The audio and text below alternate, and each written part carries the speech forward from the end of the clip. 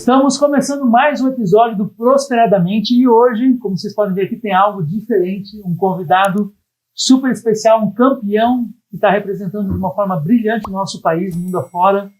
Ele que é natural de Ibirama, Santa Catarina, mas é um atleta que já rodou o mundo e vai rodar ainda muito mais, dando orgulho para o nosso país.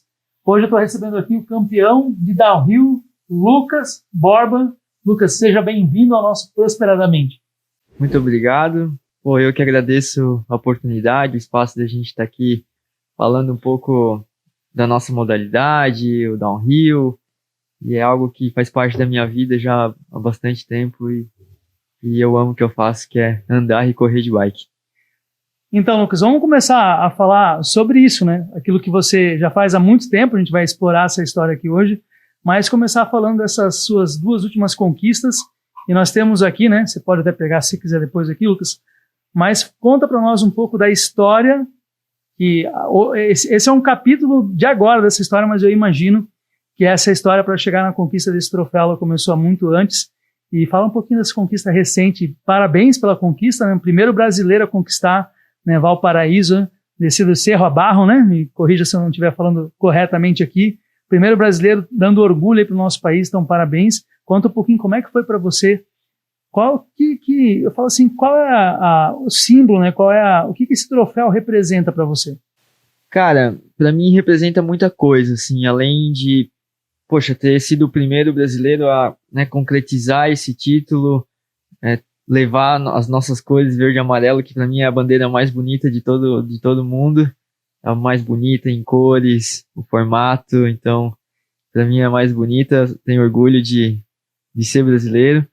E, cara, é bastante especial, assim, a corrida em Valparaíso é a prova mais clássica no mundo de downhill urbano, né, que é a descida de montanha em meio à comunidade, à cidade, enfim. É uma das provas pioneiras no mundo de downhill urbano, é a mais clássica, é a prova com mais visibilidade dentro da modalidade, então é bem grandiosa, assim, sabe? Tem toda uma história por trás do evento, tá lá na comunidade, um lugar bem histórico de Valparaíso, por dentro de vielas, escadarias, passando no centro histórico da cidade, e foi tudo muito especial, assim, né? Foi a edição número 20, né? Aniversário de 20 anos de Valparaíso, da Valparaíso Cerro a Barro, que é a corrida. Então, foi uma edição bem especial, foi todo feito um trabalho a mais na corrida por ser aniversário de 20 anos. Foi o ano com mais público presente na corrida, tinha em torno de 18 mil pessoas no evento, fora a transmissão para o mundo todo, em 8 idiomas. Então, é uma prova, assim, global muito forte, sabe? No ano passado eu já tinha feito um pódio, né, um terceiro lugar, primeiro brasileiro a subir no top 3 também nessa competição. E, cara, depois daquele ano, voltei para casa pensando em tudo que eu poderia fazer pro próximo ano. Então, fiquei praticamente um ano mentalizando a corrida, buscando extrair o máximo de equipamento, testando tipos de equipamento, tipos de pneu, setup da bike, treinando bastante específico para a prova. Então, né, de grão em grão, assim, a gente foi colhendo e a galinha saiu com o papo cheio. Muito bom. E então, 2023, um terceiro lugar, né, você conquistou em Valparaíso. E quanto tempo você já disputava essa competição? Eu te pergunto isso, Lucas, porque te falei um pouquinho nos bastidores, né? A gente tem muito para aprender com atletas de alta performance como você, eu falo nós, né, do mundo do empreendedorismo, quem quer se ousar, né, abrir o seu próprio negócio, fazer sua empresa crescer, tem muito para aprender, porque o atleta ele treina muito tempo, de uma forma muito consistente, é muito consistente no que faz, para procurar brechas onde pode melhorar aquilo que você falou, né, do ano passado para cá, você foi atrás de muitos detalhes que poderiam ser melhorados, para que aquele momento, que a descida durou o quê, 2 minutos? 2 minutos e 18. 2 minutos e 18, então, para naquele tempo ser coroado, né, todo aquele empenho de anos, ele é colocado à prova em 2 minutos e 18, como você trouxe agora.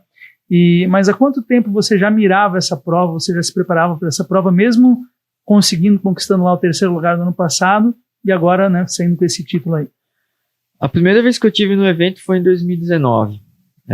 Corri em 2019 e 2019, 2020 e 2021 não teve a prova. 2019 pelo fato de... Teve algum movimento cívico, a população, enfim, não sei o que estava acontecendo no local, no país do Chile, mas não teve o evento 2020 devido à pandemia. Então a gente retornou em 21, 22, desculpa. 20, 21 e 22 não teve a prova. 2023 retornou e agora 2024. 19, então foi a primeira vez que você teve contato. Sim. E aí 20, 21, 22 não teve? Não teve. Muito decorrência talvez de pandemia. Sim. Também. Aí 23 então na retomada. Sim. Você já vai lá e conquista um terceiro lugar. Sim. E agora o grande título. E quando terminou a prova, vamos voltar um pouquinho, né? A de 2023, então, terceiro lugar. Terminou a prova, qual foi a tua estratégia? O que você já pensou? Né? O que você analisou para que você pudesse voltar nesse ano e voltar diferente? Cara, o que eu tive que aprender, teve um obstáculo em 2023 que eu não pulei. Pulei na fase de treino, era um pulo de lado, assim, o wall ride que a gente fala, né, específico. Então essa rampa eu optei por não pular. Então tava muito grande, tava muito perigoso, naquele momento não me senti legal, então resolvi não saltar e tentar tirar tempo em algum outro lugar que talvez eu poderia conseguir tirar tempo e os outros atletas, pelo fato de estar fazendo a pista completa, talvez não dariam tanta importância. Eu dei importância em alguns lugares que eu achava que teriam resultado.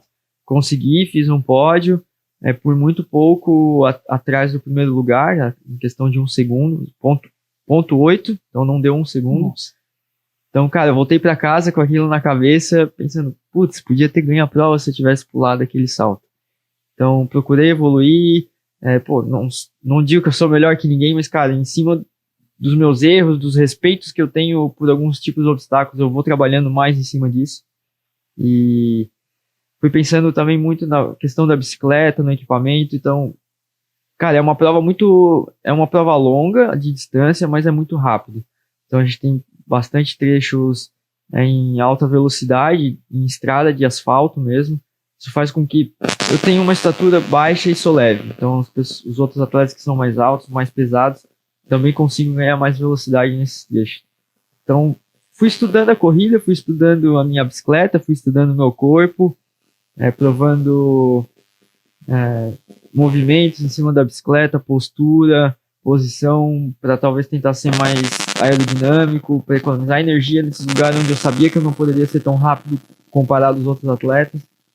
Então busquei trabalhar nos pontos que eu sei que eu poderia ser melhor e trabalhar mais ainda nos lugares que eu não poderia ser melhor, que é nessa questão de peso, sabe?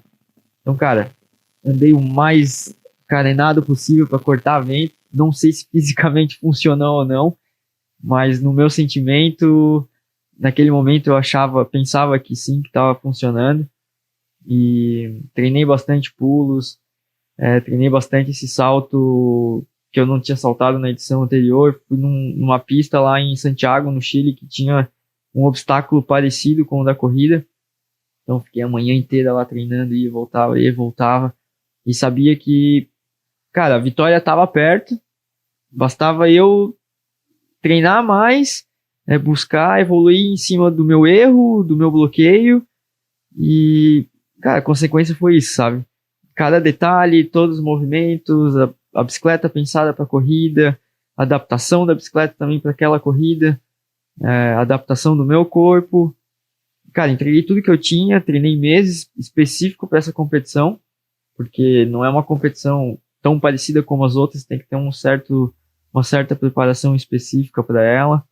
E deu certo, cara. Deu certo. Que maravilha você está trazendo, porque assim, quando você falou que teve um obstáculo que você não saltou por respeito àquele obstáculo da corrida, e por trás desse respeito também tem-se, né, um medo do que pode acontecer. Tem pessoas que, perante um medo, algo desconhecido ou não tão conhecido, não tão à vontade, elas paralisam, né?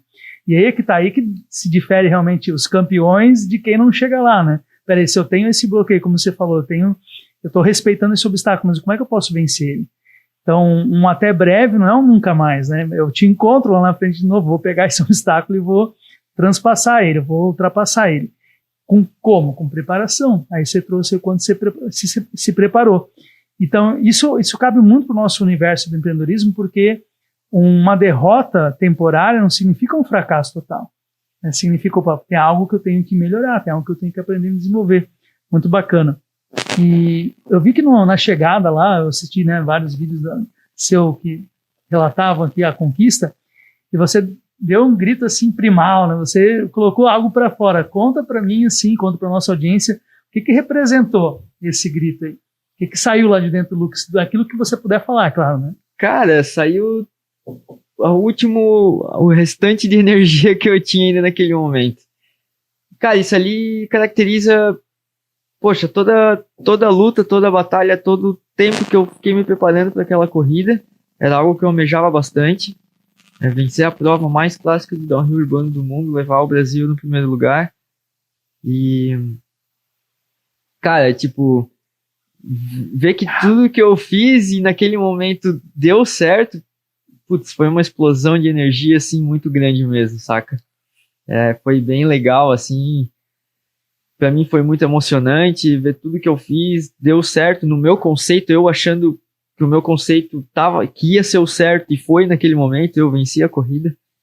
E, cara, foi isso, assim, tipo, sei lá, veio muita coisa na cabeça, toda a minha história, tudo que eu passei, todas as dificuldades que a gente teve. Não é um esporte barato, é um esporte muito caro, tudo custa muito dinheiro, viagem, equipamento.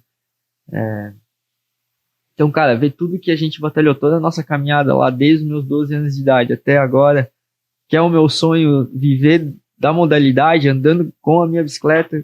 Eu amo fazer isso, cara. Então, fazendo o que eu amo e ainda ganhar as competições de tão nível, tão importante no mundo, isso que, sei lá, foi toda a energia, toda a alegria que eu tive naquele momento. Deu para sentir, assim, eu me arrepiei vendo de verdade, porque quando a gente trabalha com treinamentos comportamentais e quando a pessoa dá um grito, a gente fala de um grito primal como esse, aquele grito representa algo muito grandioso. E deu de ver o quanto aquilo foi genuíno e você colocou toda a energia para fora mesmo ali. Então, Luquinhas, para quem está nos vendo agora aqui e não conhece a tua história, vamos falar um pouquinho. A gente está falando de trás para frente, né? Chegamos na maior conquista, né, que é mais importante da modalidade, como você trouxe, né? Mas para chegar até aqui, conta um pouquinho de quem é o Luquinhas, como é que você descobriu esse esporte, como é que foi o início de contato com essa modalidade downhill, né? Tem o downhill clássico, o downhill urbano, né? Você compete nos dois. Sim. Então, mas como é que o Luquinhas encontrou essa modalidade, encontrou esse esporte? Conta um pouquinho do início para nós, porque quem olha agora vê o finalzinho da história, né? Acha que foi tudo sempre assim, tranquilo, né? Que conquistas, mas eu imagino que teve muitos desafios aí. Então, conta um pouquinho da nossa história, quem é o Luquinhas, de onde o Luquinhas veio, como é que chegou nesse contato com o esporte do downhill. Cara, eu comecei a andar de bike com 11 anos de idade, então era bem moleque, bem criança. Eu lembro, saía do colégio, voltava para casa, almoçava, só queria saber de pegar minha bicicleta e andar de bike no pátio em casa, ou na rua, na frente de casa. E por curiosidade, eu morava ali era num morro, e nesse morro, nesse local, tinha uma pista de bicicleta, uma pista local, não tão apropriada, que siga os padrões do downhill, mas tinha ali um local de treinamento, onde já na época o Nata, a galera aqui de Birama, que então corriam já profissionalmente, provas nacionais, internacionais, eles costumavam frequentar esse local. Então foi ali que eu conheci eles. Eu tinha muita vergonha, eu ia ver eles andar, mas meio quieto, meio tímido, não andava ao mesmo tempo com eles, tinha muita vergonha, então eu esperava eles ir embora para eu descer de bicicleta ali também. E foi criando essa paixão. Eles começaram a ter um contato comigo, eles viram que eu era muito tímido, enfim, a gente começou a criar aquele laço, aquela troca de amizade, e as coisas foram se estreitando e foi dando certo, sabe? Tinha contato quase todo dia com eles, andava de bike já junto com eles, trocando experiência, eles me ensinando muita coisa. Quando você começou, então, com 11, 12 anos, você já tinha uma referência, já tinha alguém que você se inspirava, então?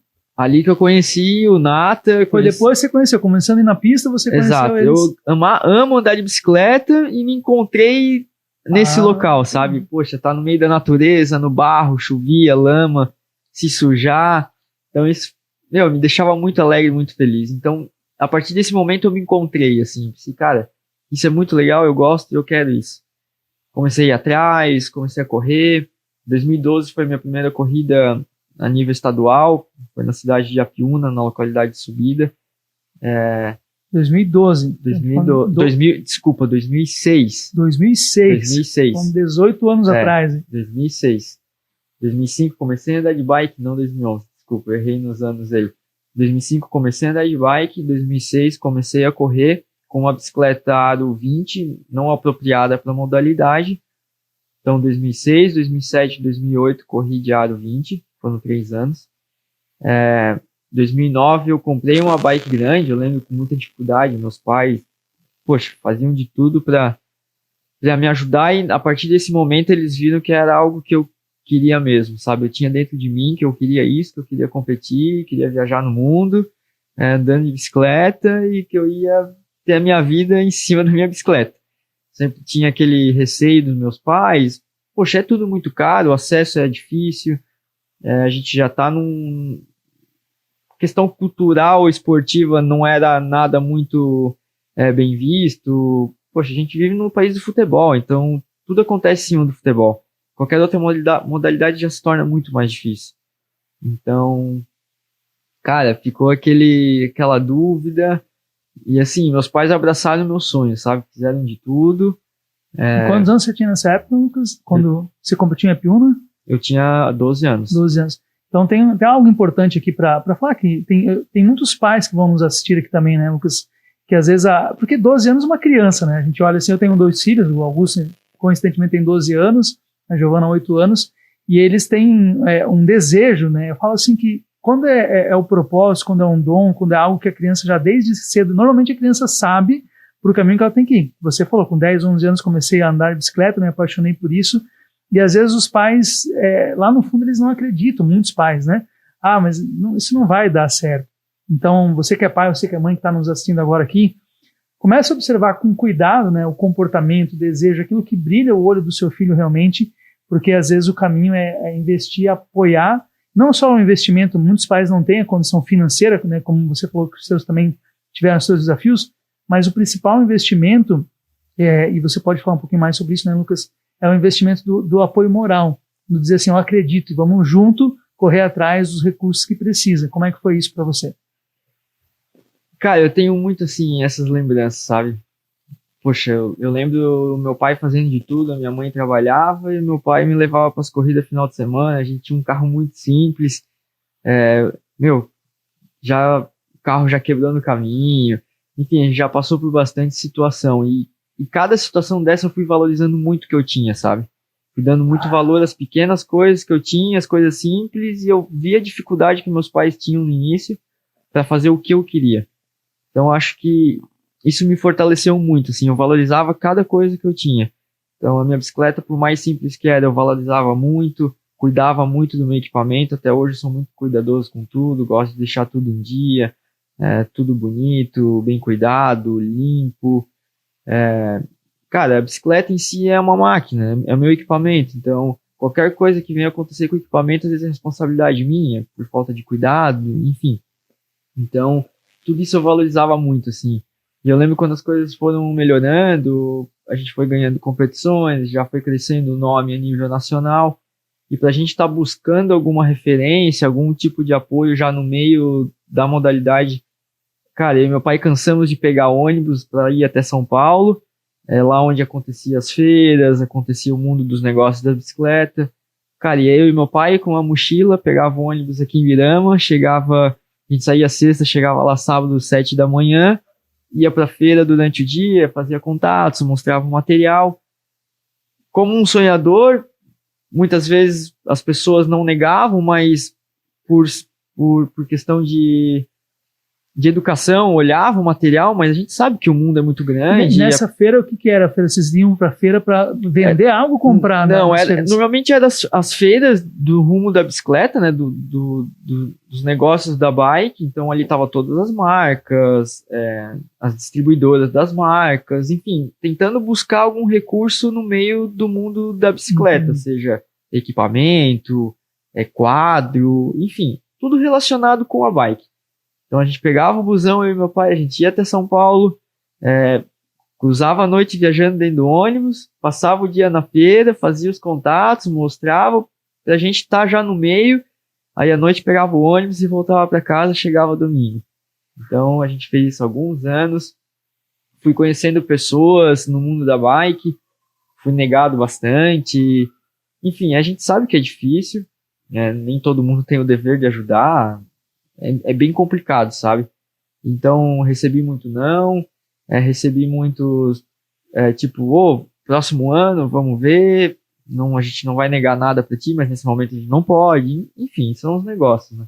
Então a gente foi criando já um laço no mundo da bicicleta, fui ganhando competição, meu pai me ajudando do jeito que eu podia, fui tendo índice para ser bolsista do programa Bolsa Atleta Federal, já é um auxílio que a gente tinha naquele momento, mas assim, tudo muito contadinho, tudo muito regrado, sabe? Não podia quebrar equipamento, porque sabia que não ia ter dinheiro para comprar a peça.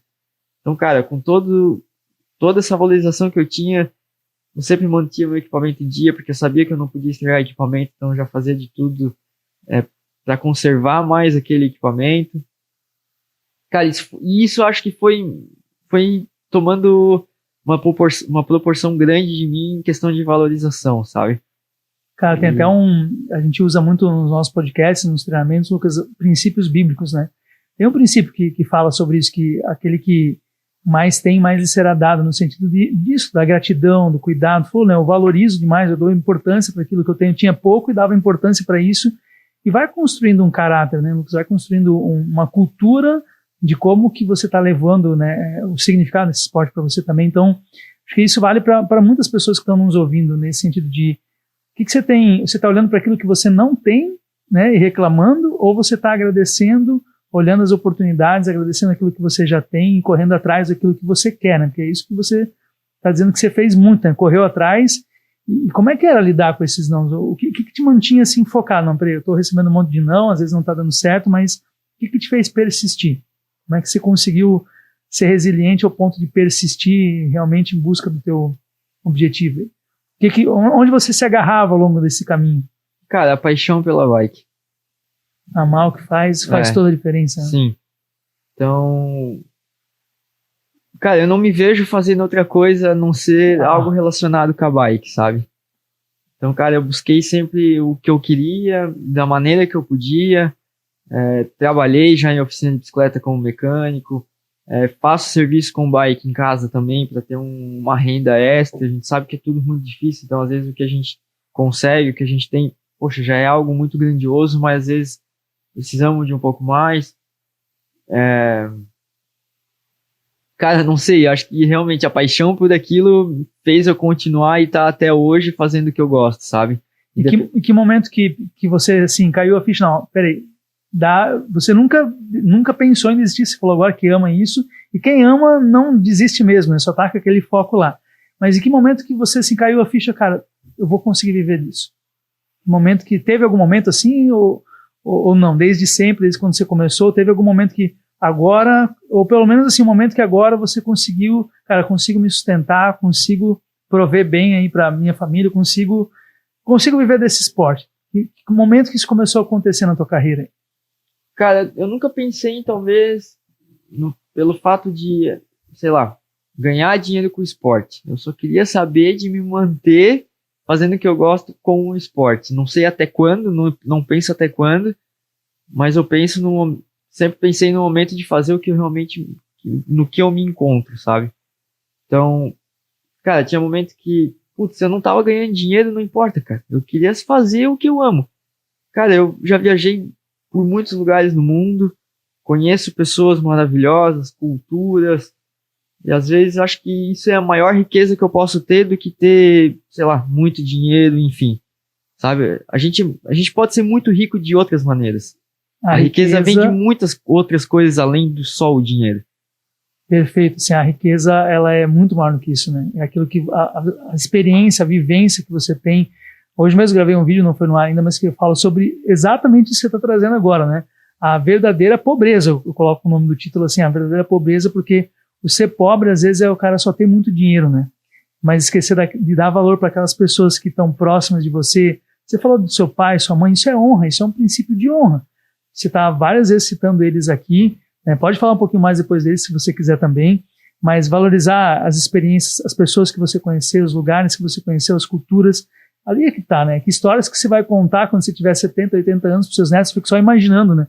Você não vai contar quanto dinheiro você ganhou, você vai contar o que você viveu, né, em termos de experiência.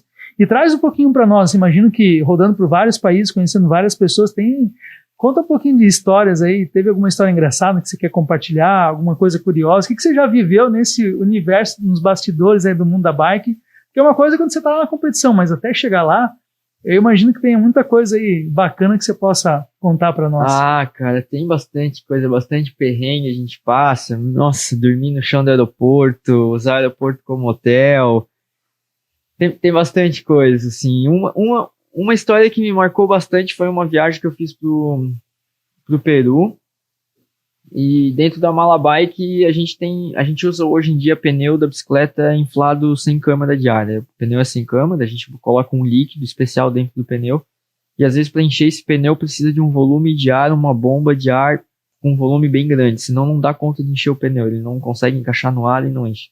E a gente tem uma adaptação com um extintor, a gente descarrega o extintor, faz uma adaptação com solda com a válvula de ar, a gente enche esse extintor com bastante pressão e a gente libera o ar de uma vez só dentro do pneu. Então isso faz com que gere uma explosão dentro do pneu, faz com que o pneu enche. E esse extintor, eu lembro que estava dentro da mala bike, eu estava no aeroporto esperando para embarcar e começaram a chamar meu nome no rádio. E me chamando o nome, por favor, comparecer na polícia, tal lugar e tal. Cara, eu levantei da cadeira e fui até a polícia ver o que estava acontecendo. Que país você estava? No Peru. No Peru. E eu lembro que cheguei na polícia, os caras meio assim com uma cara de assustado, pediram pra eu acompanhar eles. E cara, a gente entrou assim numas portas, uma seção de escada dentro do aeroporto, assim, num lugar, sei lá, que eu nunca imaginei que poderia ter algumas passagens assim dentro do aeroporto. Desceu uma seção de escada e tal. Aí chegamos numa sala, cara, parecia uma sala de interrogação de presídio, assim. Eu lembro que era uma porta de aço, abriram a porta, minha mala bike em cima de uma mesa de aço, assim, e vários policiais dentro da sala, e eu meio que dando, sei lá, uma sensação de comédia, assim, eu querendo rir, e eles falando, cara, tem alguma coisa dentro da tua mala bike muito suspeito, e a gente precisa que tu fale o que é, e nos mostre. E na hora já veio esse extintor na minha mente, sabe? E eu lembro certinho que eu comecei a abrir a mala, e quando eu botei a mão na mala, na peça que eu fui puxar para fora, todos os policiais deram um passo para trás da mala, assim, meio que ficaram com algum receio de qualquer coisa perigosa. Cara, eu tirei com aquilo na mão, meio que com uma risada, sei lá, um momento cômico, assim, e eles muito preocupados, eles me falaram toda a situação, que quando passou na inspeção do raio-x parecia ser muito com o formato de uma bomba. Então isso ali foi uma história que me marcou bastante, assim, sabe? Então tive que mostrar para os policiais, mostrei para que servia, o que era, porque ainda assim tinha aquela dúvida. E, cara, era uma peça assim meio feia, feito artesanalmente, saca? Solda, não era nada pintado, sem acabamento, sem nada, era só para ser funcional para aquilo. Então eu lembro que eu tive que deixar lá a peça, eu tive que colocar no lixo, eles não podiam encostar em nada na peça, tive que ser toda a responsabilidade minha. Teve que descartar Tive que descartar a minha peça, deixei lá, para eles poderem passar a minha bagagem para frente, colocar no avião e eu poder embarcar. Então isso foi uma história assim que me marcou bastante, sabe? E, cara, já dormi no chão do aeroporto, já fui preparado com um cobertor dentro da mochila, sabendo que ia ter que pernotar, às vezes economizar uma diária, porque no outro dia saía o trem para alguma cidade da Europa, quando a gente viajava para a Europa, às vezes se locomovia em trem, para amenizar o custo, enfim. Cara, tem tanta coisa aí. Muito aprendizado, muita resiliência, né? Muita coisa. Cara, isso, poxa, cada coisa, cada viagem, cada aprendizado, isso eu fui guardando pra mim, sabe? Cara, agora, pô, sei lá, é uma escola, fui aprendendo, sempre busquei ser autossuficiente o possível, o máximo possível com a bicicleta, com tudo, cara. Pra mim não depender, a gente sabe que é muito difícil, então eu acabo viajando sozinho, eu acabo indo sozinho para as competições. Você mesmo que faz a manutenção da tua bike? Tudo. Faz... tudo eu que faço, mexo na minha bicicleta, mexo na minha suspensão. É legal falar isso, Lucas, porque assim, tem pessoas que te veem, né, levantando seu troféu lá, campeão, é o resultado de toda uma trajetória, e pensa que tem uma equipe enorme por trás, que você só chega lá e compete, e tem, a equipe tá tudo é eu, certo. Mecânico, nutricionista, é agente de viagem, é tudo, cara, eu faço tudo sozinho. Gosto do que eu faço, às vezes é um trabalho a mais, poxa, eu gostaria de ter alguém que talvez pudesse me dar mais força, mas, cara, sei lá, eu tenho algo que eu gosto do meu jeito, da minha maneira, sabe? Mexer na minha bicicleta, eu que confio, então eu entendo a máquina, entendo como ela funciona, entendo como eu posso aprimorar mais a máquina, então isso faz com que, cara, me deixe mais confortável, eu sei que tá do jeito que eu quero, confio no equipamento que eu fiz a manutenção, sei da minha viagem, sei dos horários, sei o que eu vou passar, o que eu não vou passar. Então, sei lá, com meias dificuldades, a gente sabia que era tudo muito difícil. Para economizar ao máximo, então a gente foi aprendendo sozinho, levando na cabeça muitas vezes. E acho que isso faz uma grande diferença dentro de mim, sabe? Ser autossuficiente, sei que eu posso chegar numa corrida, se der algum problema na bike eu vou conseguir resolver. Às vezes, poxa, a gente vê alguns casos, alguns pilotos muito pró, muito bom, mas, cara, às vezes acontece alguma coisa na bike, não sabe o que fazer naquele momento e começa todo aquele momento de frustração, de ansiedade, enfim. Afeto emocional, né? Porque a pessoa começa a ficar... Não sabe o tamanho do problema, o que aconteceu. Sim, e você falando, eu lembrei muito, assim, né, do Ayrton Senna também fazia isso, né? Ele acompanhava a regulagem dos carros. Acerto do carro. Acerto nos mínimos detalhes, então... Aí é perfil de atleta campeão, tá ali junto, né? Realmente vendo, calibrando equipamento, fazendo os ajustes necessários. E Lucas, como é que é a preparação mental para uma prova da relevância de como foi Cerro Barro aqui, né? E como é que é a preparação mental? Porque desde artista, desde, né, pessoas que trabalham com grandes públicos, quando a gente vai fazer uma palestra, um treinamento, atletas, né, de alta performance, por mais preparo que tenha, antes da competição, acontece um friozinho na barriga. Como é que você se prepara emocionalmente e mentalmente para encarar um desafio como esse?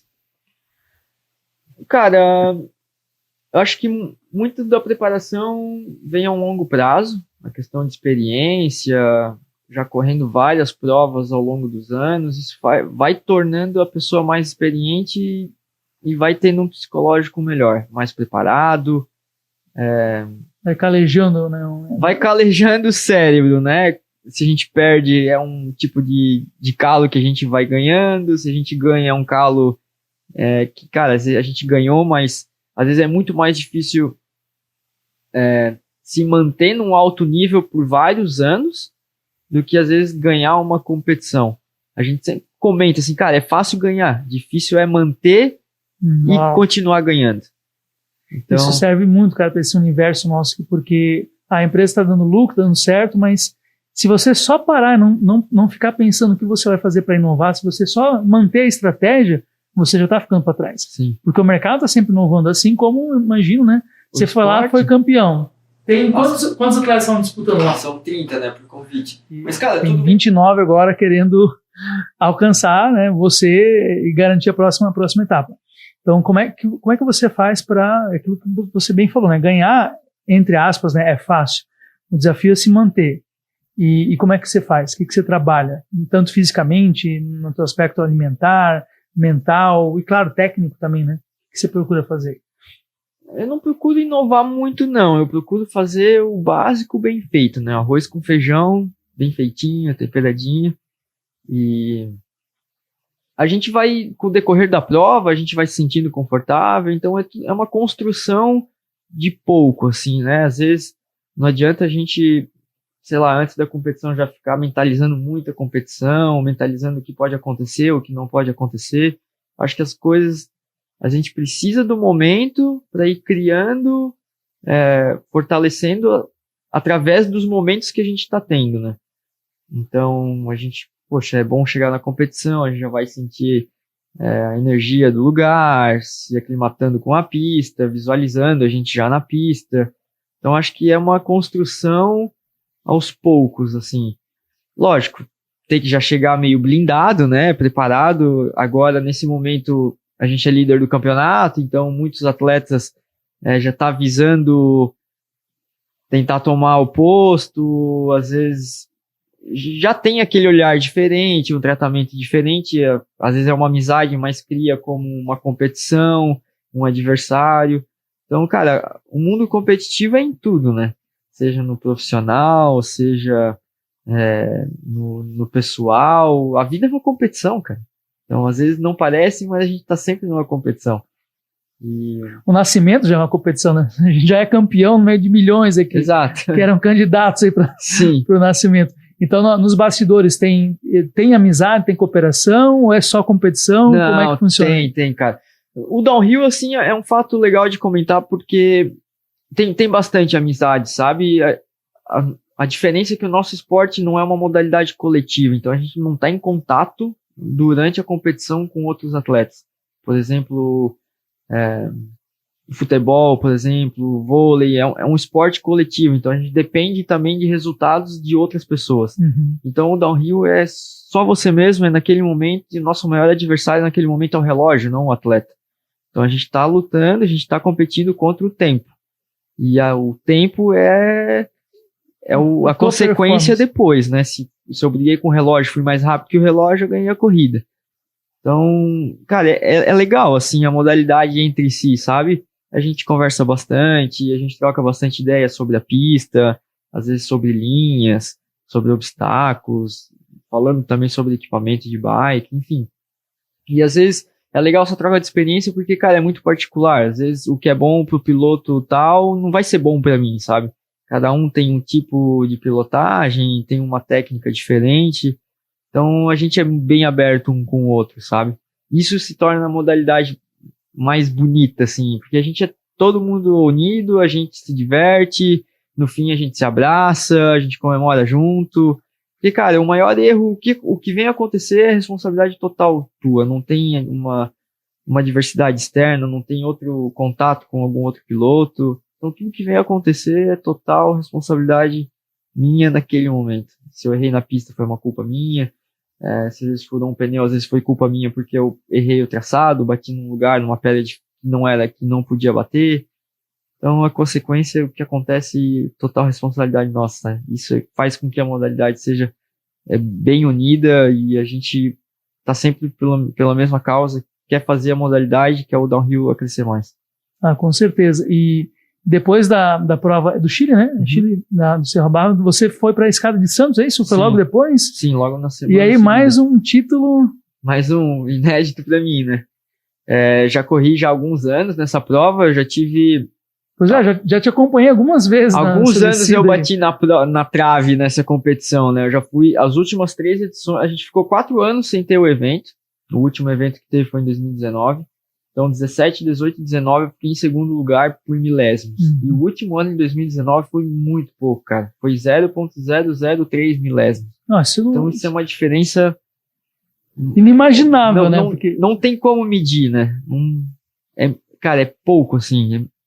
Até nesse dia, o pessoal da cronometragem, que é uma equipe de cronometragem que faz Stock Car, Fórmula Truck, que é já do meio automobilístico, eles falaram que em todos os anos eles nunca tiveram uma diferença tão próxima como foi nessa corrida. Nem no Stock Car, nem no Fórmula Truck, kart, nem nada. Olha só. Foi a vez que mais perto foi um tempo do outro. Eles ficaram assim bem impressionados também com, né, a pouca diferença que foi.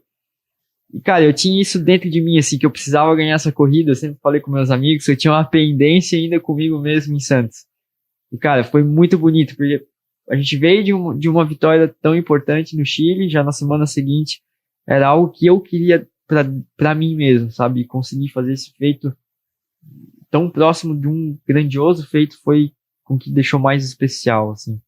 E realmente, Lucas, porque a gente acompanha vários esportes e é um desafio, né? Quando você tem uma grande conquista, tem aquele efeito relaxamento, né? Muitas modalidades têm isso, que a pessoa fez algo grandioso, você se preparou muito para aquilo, dá aquela respirada. Acha que tá... É um mas efeito não é assim, né? Aí que tá o erro, né? Às vezes, das pessoas. Achar que o cara, ganhei, tô bem. Cara, não. Às vezes a tua vitória é combustível pro outro, como serviu para mim muitas vezes. Quando eu tinha uma derrota, eu usava a derrota como combustível.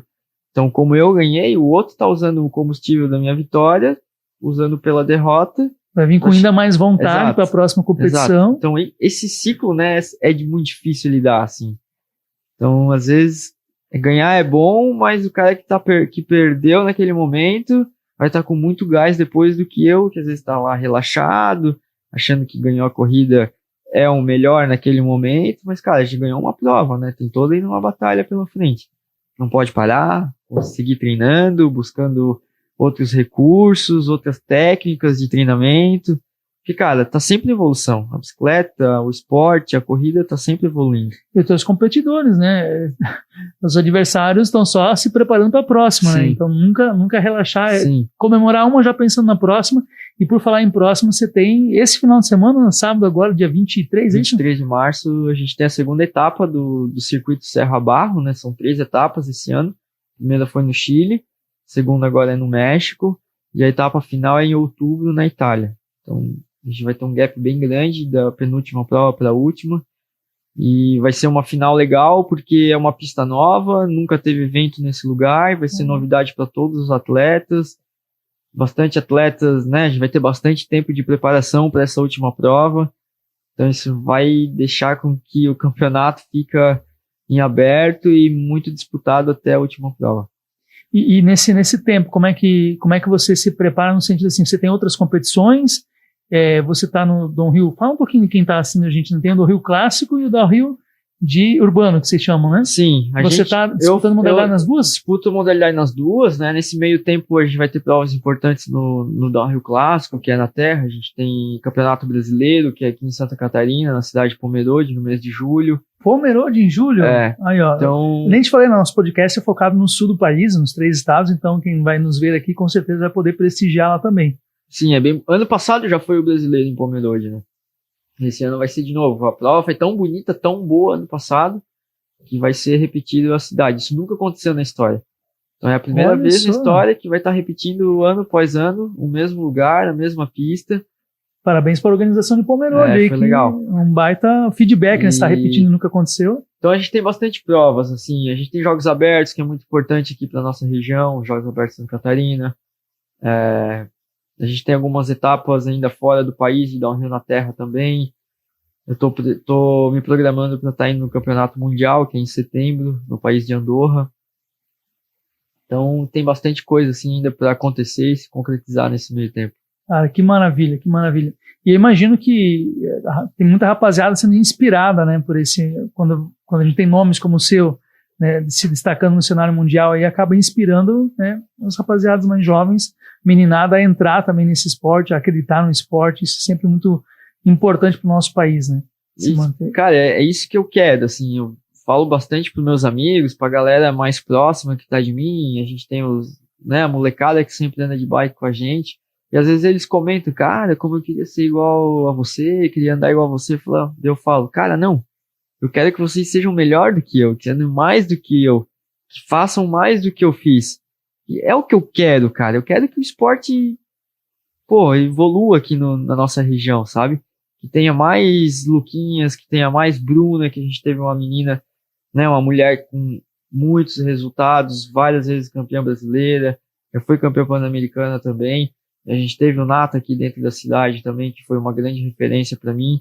Então eu quero que as coisas aconteçam como eu usei o Nata como referência, que agora outros meninos, as novas gerações talvez me usem como referência, mas que sejam mais do que eu. Eu quero que, cara... Já é referência, com certeza. Seria muito ignorante eu achar que eu sou o melhor e você... Não, cara, eu quero que tenha muito mais. Eu quero que eu seja 1% do que essa garotada tem para fazer ainda. Com certeza, é inspiração, e os próximos que virão têm uma referência já em você e estão acreditando nessa modalidade, nesse esporte, no nome do nosso país, né? Então, como você falou, me arrepiei que você estava falando da bandeira do nosso país, quando você ouve no nosso hino, olha a nossa bandeira, é algo diferenciado, né? Tem algo nessa letra, nessa melodia que faz o nosso coração bater de uma forma diferente. E, Lucas, eu vou fazer algumas perguntas, é um quadro que a gente chama aqui no Prosperadamente de ping-pong.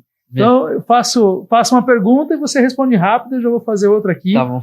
E a gente não combinou, então fica tranquilo, se não tiver alguma resposta, bate pronto. Mas vamos lá, uma crença, algo que você acredita que te fortalece muito assim no dia a dia. A crença que você tem que é algo que te fortalece. No que você acredita. Cara, dedicação. Uau. Dedicação. O resultado vem com isso, né? Tem alguma coisa que, se você pudesse voltar num tempo, você faria diferente? Ou alguma coisa nessa tua história, né? Algo nessa tua história de atleta de alta performance que te marcou muito? Ou algo que você, se pudesse voltar, faria diferente? Cara, não. E alguma coisa que te marcou muito? Assim, foi, isso aqui é algo que me marcou positivamente, assim, algo que foi um aprendizado muito grande. Cara, o que meus pais fizeram por mim, assim.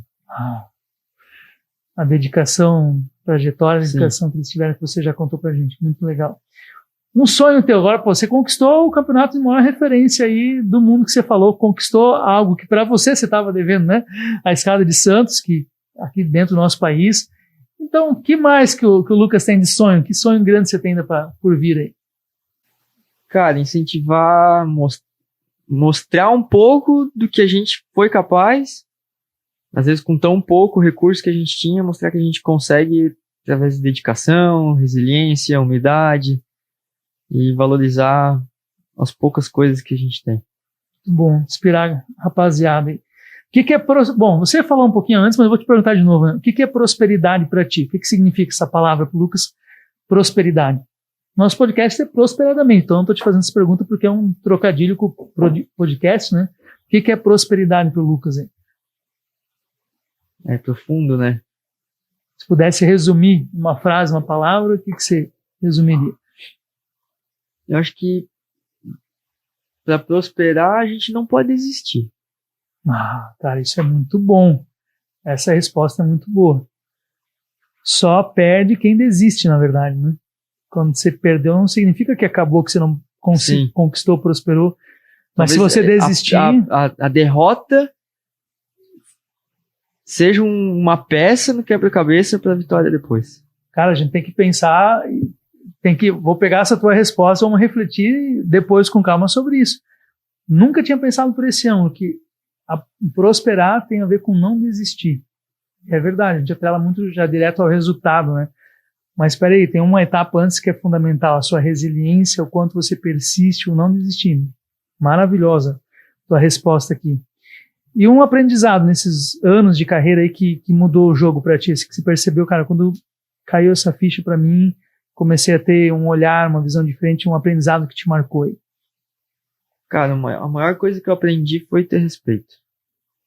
Respeitar todo mundo, respeitar o que a gente tem, respeitar nossas limitações. Pra mim é o respeito. Cara, isso é, assim, eu posso dizer com propriedade isso porque, né, o Lucas ele não se conheceu pessoalmente agora, inclusive, mas a forma que você me tratou desde o primeiro contato lá no WhatsApp, né, quem me passou foi um amigo nosso em comum aqui, o Ricardo Nardi, e assim, alguém que está, né, na vitrine, que está no momento de vitrine, mas que está no meio de uma competição, agora sábado, você viaja na quarta para sábado competir novamente, mas mesmo assim, abriu espaço na sua agenda para poder vir aqui conversar um pouquinho. Então, isso para mim é assim, a prática do que você falou agora, respeito pelo outro, humildade. Então, isso é o que faz um campeão ser campeão para sempre, sabe? A longevidade, eu não posso deixar de pensar no maior exemplo de humildade que a gente teve, que foi também o Ayrton Senna como atleta de ponta, né? Mas que tinha respeito por todos, assim como você colocou. Então, mais uma vez, quero te agradecer. Eu sei o quanto que deve ser disputada essa tua agenda, principalmente nesses momentos, né, de maior destaque que você tem também. E vamos lá, Lucas, tem algo diferente assim, na questão da alimentação que você tem que fazer para se preparar para essas provas? Como é que é? Cara, eu sempre busco por um estilo de vida, assim, ser o mais saudável possível, sabe? Evito de tomar refrigerante, não é que eu não tomo, eu evito. Cara, às vezes tá num local, às vezes vai num encontro de família, encontro de amigo, provavelmente vai ter. Mas eu sempre busco ser muito regrado com alimentação, saudável. Hidratação é muito importante. Não bebo bebida alcoólica, não tomo. E, cara, uma coisa que eu sempre falo assim pros meus amigos, pra minha galera, o nosso corpo é o que a gente come. Então, o nosso combustível que a gente tem, a nossa gasolina é o que a gente está ingerindo. Então, se colocar uma gasolina de má qualidade no carro, o carro não vai ter um rendimento tão bom. Se a gente comer alguma coisa de má qualidade, o corpo não vai funcionar como deveria. Qualidade que você está colocando para dentro, né? Do corpo, da mente, a gente fala muito sobre isso também, qualidade que você alimenta aqui também faz uma grande diferença. E Lucas, como é que é, para quem está nos vendo agora aqui, não conhece muito a modalidade, mas como é que é a carreira, né? Por quanto tempo ainda você se vê performando assim em alto? Qual é a longevidade da carreira? O que você está planejando para o seu futuro, né? Como atleta de ponta? Isso é uma pergunta que a gente tem bastante, assim, no cotidiano, né? Ah, até com quantos anos tu quer andar de bike? Até com quantos anos vai uma carreira? Eu acho que essa questão de idade, cara, às vezes é um conceito de... Isso é um conceito antigo, eu acho, cara. Tipo, lógico, chega um certo ponto que realmente a idade vai fazer com que o corpo já não tenha o mesmo funcionamento metabólico, enfim. Mas às vezes eu penso que a idade é só um número, cara. Tipo, a nossa idade tá dentro de nós. Tá na mente de cada um, quanto você acredita que... Às vezes tem pessoas tão jovens, mas por dentro tão velhos, sabe? Então, cara, sei lá. É um velho de 25 anos. Eu não tenho, assim, ainda uma idade estipulada até com quantos anos eu vou correr em alto rendimento. Eu só falo que, cara, eu quero ainda estar um bom tempo incomodando essa molecada aí, o máximo que eu conseguir. Mas a gente tem exemplos até hoje, cara. A gente tem um piloto sul-africano, o Greg Minardi, ele tem 42 anos e foi campeão mundial com 42 anos. Uau. À frente de galera, molecada de 19, de 20. Então isso ainda mostra, quebra esse tabu da idade. Mas são casos, né? Não quer dizer que o cara conseguiu, que a gente vai conseguir também, ou que o outro vai conseguir também. Mas eu tenho dentro de mim que a idade é um número. Então eu espero que o meu número ainda seja bem alto. Pô, que maravilha. Significa, assim, viver bem cada temporada, cada momento, cada ano, viver intensamente. E aí você vai descobrir ainda, né? Por quanto tempo que você vai fazer. E aí, os nossos votos é que seja por muitos anos, décadas ainda aí. Espero que também. E quanto mais tempo você ficar aí, essa rapaziada, como aconteceu com você, que hoje tem 12 anos, daqui a pouco eles terão aí 16, 18, e vão estar olhando assim, cara, tô do lado do Lucas, tô competindo com ele esse aqui no velho mesmo... ainda tá correndo, eles vão falar. E assim, a emoção de o ídolo, que às vezes estava distante de momento, agora você está na mesma competição com ele, então eu tenho certeza que você deve provar disso hoje já, e vai provar por muitos anos também disso, né, Lucas? E, Lucas, então, assim, o que você tem para dizer para essa rapaziada aí que quer iniciar na modalidade, que te olha hoje como inspiração, que tem você como referência? Que recado que você pode dar para essa galera aí que vai nos assistir, para os pais que estão nos assistindo também? Tem alguma fala que você quer deixar aí mais para o nosso final do episódio? Cara, eu sempre falo pra molecada, cara, se realmente é algo que vai te fazer bem, independente do que seja, cara, seja esportivo, seja profissional, pra vida, velho. Se quer, corre atrás, cara. Persista, se é algo que tu ama, que vai fazer tua pessoa melhor, teu coração manda fazer isso, cara, faz. Sempre vai ter barreiras, sempre vai ter pessoas, às vezes, falando que não é possível. Cara, cansei de escutar comentários, às vezes, de terceiros. Cara, não, o Lucas não, ele não vai ser bom, ele não leva jeito. Eu não me acho um piloto extremamente técnico, cara, mas eu busquei evoluir em cima das minhas limitações, em cima das coisas que eu achava difícil pra mim. E, cara, se o pai e a mãe é parceiro junto, poxa, apoia o que o filho quer. Cara, a gente vive num mundo, o mundo tá ficando muito grande, né? As portas, seja portas boas ou ruins, todas estão abrindo com muita facilidade, principalmente as ruins. O caminho ruim é muito mais curto que o caminho bom. Então a tendência sempre é a pessoa ir no caminho curto. Cara, incentiva, velho. A vida é uma só, depois não adianta chorar que o filho, se envolveu com droga. O caminho ruim é o mais curto, cara. E a tendência, o que mais chama atenção é o caminho curto. Então segura, cara, apoia. Se a pessoa quer, leva na escolinha de futebol, leva para andar de skate, dá uma volta de bicicleta com o filho. Cara, às vezes a pessoa, né, hoje em dia tá tão ligada no telefone, na tecnologia, é tão fácil dar um celular pra criança.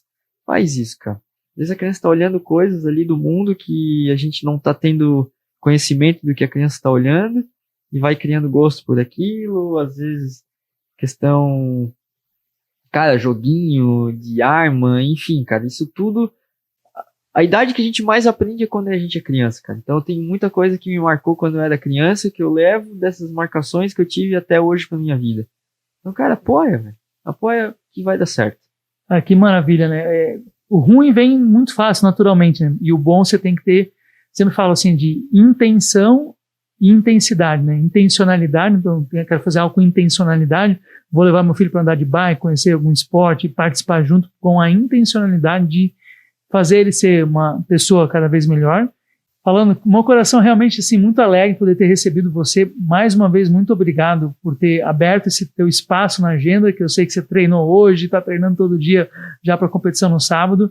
E agradecer pela tua humildade, pelo teu respeito, pela tua consideração em participar aqui do nosso podcast. E, mais uma vez, falar assim, como é bom, né, ver um brasileiro nos representando muito bem, como enche o nosso peito aqui de orgulho em poder ver uma pessoa que é da nossa terra, que é do Sul, que é de Santa Catarina também, e poder estar representando muito bem o nosso país, e te desejar, né, para as próximas etapas, os próximos anos, cada vez mais conquistas, né, cada vez mais felicidade, né, porque isso eu acredito que é consequência natural, porque você ama o que você faz, e eu desejo que muitas crianças possam te assistir, te ver, e ter você como uma referência. Então, muito obrigado, e faz suas considerações finais aí para o nosso podcast também. Eu que agradeço, fiquei muito feliz de contar um pouco do que a gente vivenciou, do que a gente vem fazendo. Espero que possa fortalecer e despertar interesse em muitas pessoas, no que quer que seja, profissional, pessoal, enfim, espero que eu possa contribuir um pouco, né, para quem está aí nos assistindo, escutando um pouquinho da nossa palavra. Maravilha. Então hoje recebemos aqui Lucas Borba, campeão, né, da etapa aí de Cerro Abajo, a etapa mais disputada historicamente no mundo, no downhill urbano, campeão da escada descida escada de Santos também, uma corrida já emblemática aí no nosso país, e lições hoje que a gente pode acompanhar aqui dele, né, não só para o esporte, né, Lucas, mas tenho certeza que se você ouvir com atenção esse podcast uma ou duas vezes, você vai captar nas entrelinhas muito aprendizado para a vida como um todo. Lucas, muito obrigado mais uma vez, sucesso, cara, que Deus te abençoe cada vez mais. Até a próxima, pessoal, valeu, até!